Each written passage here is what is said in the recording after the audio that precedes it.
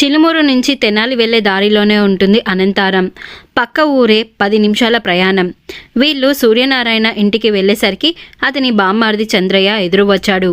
రండి రండి అని ఇంట్లోకి తీసుకెళ్లి కూర్చోబెట్టాడు. పురుషోత్తం ఇల్లంతా కలయ చూశాడు. ఇల్లు బాగా పాతబడిపోయి ఉంది. ఎప్పుడో సున్నంతో కట్టింది. సూర్యనారాయణ కూతురు దమయంతి ట్రేలో కాఫీ కప్పులు తెచ్చింది. మా చెల్లెలి కూతురు దమయంతి అని అన్నాడు చంద్రయ్య. ఇప్పుడే తాగి వచ్చాం, ఇప్పుడు ఎందుకమ్మా కాఫీ అన్నాడు పురుషోత్తం. పర్వాలేదు తీసుకొని మామయ్య అని అంది దమయంతి వినయంగా. చామన ఛాయలో ఎత్తుగా ఉంది, మంచి కలగల ముఖం. ఏం చదువుకున్నావమ్మా అని అడిగాడు పురుషోత్తం. ఇంటర్ పాస్ అయ్యాను మామయ్య అని అంది. డిగ్రీలో చేరలేదా అని అడిగాడు. చిలుమూరులో ఇంటర్ దాకా ఉంది కాబట్టి చదివింది, అది కూడా వాళ్ళు స్కాలర్షిప్ ఇచ్చారు కాబట్టి. తెనాలి పోయి ఏం చదువుతుంది, అక్కడ ఫీజులు కట్టాలి, హాస్టల్లో ఉండాలి, అంత స్తోమత లేదుగా అని అన్నాడు చంద్రయ్య. డిగ్రీ నేను చదివిస్తాను, చదువుతావా అని అడిగాడు పురుషోత్తం. ఆ మాటకి దమయంతి తెల్లబోయి చూసింది పురుషోత్తం వైపు. ఏం జవాబు చెప్పాలి తోచలేదు. తల వంచుకొని నిలబడింది. ఇప్పుడిక ఏం చదువుతుందిలేండి, ఇంటర్ అయిపోయి 2 ఏళ్లు దాటిపోయిందిగా, చదువుతో టచ్ పోయి ఉంటుంది. అదిగాక పెళ్లి కుదిరిందిగా అని అన్నాడు చంద్రయ్య. లోపల నుంచి సూర్యనారాయణ భార్య మాలతి వచ్చి నమస్కారం అండి అని నిలుచుంది. బోసిపోయిన మెడ, బొట్టు లేని ముఖంతో దైన్యంగా నిలబడింది వారి ముందు. కూర్చోమా అని అన్నాడు పురుషోత్తం. సూర్యనారాయణ తాము చిన్నతనంలో చదువుకోవడం, అప్పటి అనుబంధం చెప్పాడు నరసయ్య. ఆమె వింటూ అప్పుడప్పుడు భర్తని తలుచుకొని కన్నీళ్లు కారుస్తూ తల ఊపుతుంది. నీకు ఒక విషయం చెప్పాలమ్మా, చాలా కాలమైంది. సూర్యం దగ్గర కొంత డబ్బు తీసుకున్నాను, తర్వాత దుబాయ్ వెళ్ళిపోయాను. అప్పట్లో నా ఉద్యోగంలో గొడవలు అయ్యాయి, నన్ను సస్పెండ్ చేశారు. 6 నెలలు జీతం రాలేదు.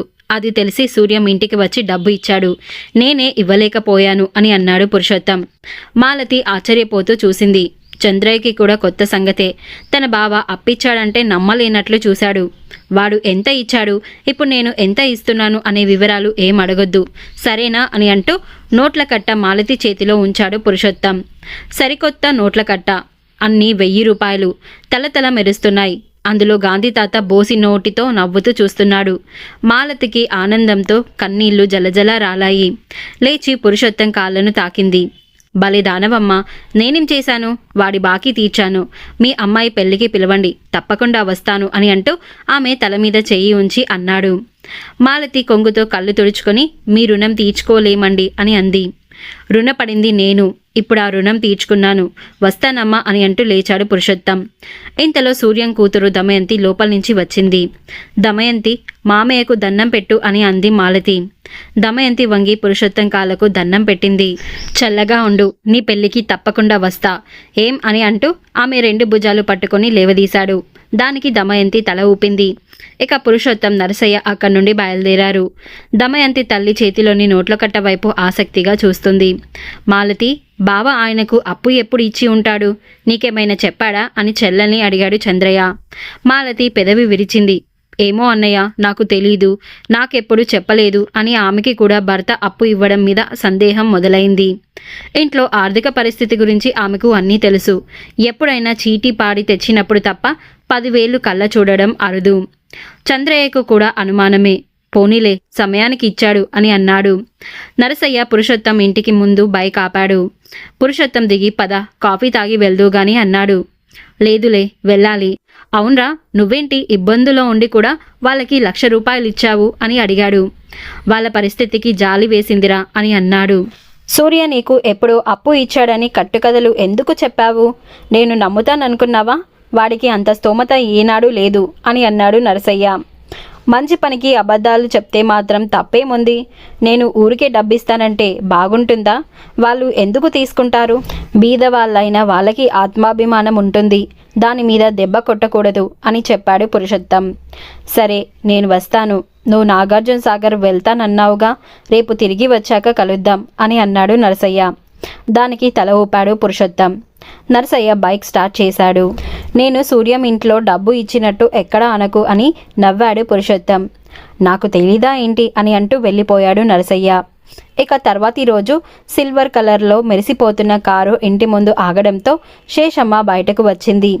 ఎవరి దబ్బాయి కారు అని అడిగింది కారు దిగిన డ్రైవర్ని. ట్రావెల్స్ దండి మా అమ్మగారు, పురుషోత్తం సార్ 4 రోజులకు బుక్ చేశారు నాగార్జున సాగర్ వెళ్ళి రావడానికి అని చెప్పాడు డ్రైవర్. అంటే కారా అని అడిగింది. అవునండి. రోజుకి అద్దె ఎంత అని అడిగింది. 2000 అండి. పెట్రోల్ పోయించాలండి. నాకు రోజుకి 200 బేటా ఇవ్వాలండి అని మళ్ళీ శేషమ్మ అడగబోయే ప్రశ్నలకు ఒక్కసారి సమాధానం చెప్పాడు. శేషమ్మ మనసులోనే కారుకి అయ్యే ఖర్చు లెక్కేసింది. 10,000 పైనే అవుతాయి అనుకుంది. అసలే ఇబ్బందుల్లో ఉన్నప్పుడు ఎందుకు ఇంత ఖర్చు అనుకుంది. అయితే కొడుకుతో అనలేదు, బాధపడతాడని. పురుషోత్తం, చైతన్య, గీతిక కారు దగ్గరికి వచ్చారు. డ్రైవర్ లగేజీ డిక్కీలో పెట్టాడు.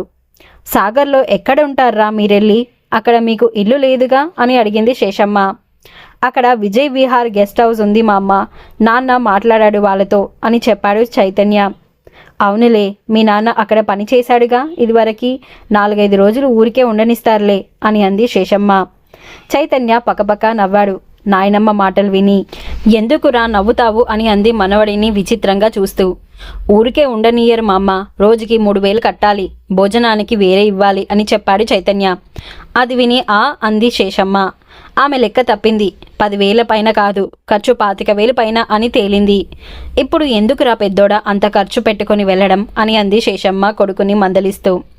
నేనెక్కడ పని చేశా కదే, వీళ్ళప్పుడు బాగా చిన్నపిల్లలు, ఊహ తెలియదు. నాగార్జున సాగర్ చూడాలని సరదా పడుతున్నారు. చూడాల్సిన ప్లేస్ కదే, ఇక్కడేం తోచడం లేదని గొడవ పడుతున్నారు. 4 రోజులు వెళ్ళొస్తాం అని చెప్పాడు పురుషోత్తం. పిల్లల సరదా కోసం 25,000 తగలయ్యాలా? ఉన్నప్పుడు ఎంత ఖర్చు పెట్టినా దిగుల్లేదు. వ్యాపారం దెబ్బతిని ఆదాయం లేనప్పుడు వెనకట్ల ఖర్చులు పెట్టుకుంటూ పోతే ఎలా? ఉన్నప్పుడు ఉన్నట్టు ఉండాలి. వీడికి ఆ లోక జ్ఞానం లేదు. పిచ్చోడు. పిల్ల పెళ్ళెట్లా చేస్తాడో, ముందు ఎట్లా బతుకుతాడో అని శేషమ్మ లోపల వాపోయింది. పిల్లలు బాయ్ నాయనమ్మ అని చేతులూపుతుంటే తను యాంత్రికంగా చేతిని పైకెత్తింది శేషమ్మ. కొడుకు భవిష్యత్తు ఆగమ్య గోచరంగా తోచింది ఆమెకి. కారు గుంటూరు చేరేటప్పటికి 1 గంట కావస్తుంది. చైతు, మనం ఇక్కడ లంచ్ చేసేద్దాం అని అన్నాడు పురుషోత్తం. బ్రాండీపేటలో శంకర్ విలాస్ హోటల్ ముందు వీళ్ళు కారు దిగుతుంటే ఉపేంద్ర కనిపించాడు. బావా, ఎక్కడికి ప్రయాణం అని అడిగాడు ఉపేంద్ర. నాగార్జున సాగర్ వెళ్తున్నాం. పిల్లలు సైట్ సీయింగ్కి వెళ్దామంటే బయలుదేరాం అని చెప్పాడు పురుషోత్తం. నాకు ఫోన్ చేస్తే భోజనాలు ఇంట్లో అరేంజ్ చేసేవాడినిగా, హోటల్లో ఏం బాగుంటుంది అని అన్నాడు ఉపేంద్ర. పర్వాలేదు, అప్పుడప్పుడు బయట రుచులు కూడా టేస్ట్ చేయాలి. అయినా ఇక్కడ ఆగాలని అనుకోలేదు. ముందు మంచి రెస్టారెంట్లు ఉన్నాయో లేదో అని ఇక్కడే చేద్దాం అనుకున్నాం అన్నాడు పురుషోత్తం. దాంతో ఉపేంద్ర కాసేపు మాట్లాడి పని ఉందంటూ వెళ్ళిపోయాడు. పిల్లలు ముందుగానే రెస్టారెంట్లోకి వెళ్ళారు. లంచ్ చేశాక బయలుదేరారు. చైతు, నీకు సాగర్లో ఉన్నప్పటి సంగతులు ఏమైనా గుర్తున్నాయా అని కొడుకుని అడిగాడు పురుషోత్తం. మన ఇంట్లో మామిడి, నిమ్మ చెట్లున్నాయి. మమ్మీ గులాబీ, కనకాంబరం, మల్లె మొక్కలు పెంచేది. వాటికి హోస్ పైపుతో నీళ్లు పోస్తుండేది.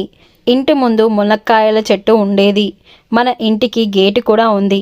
నేను కాన్వెంట్ స్కూల్కి వెళ్ళడం గుర్తుంది డాడీ.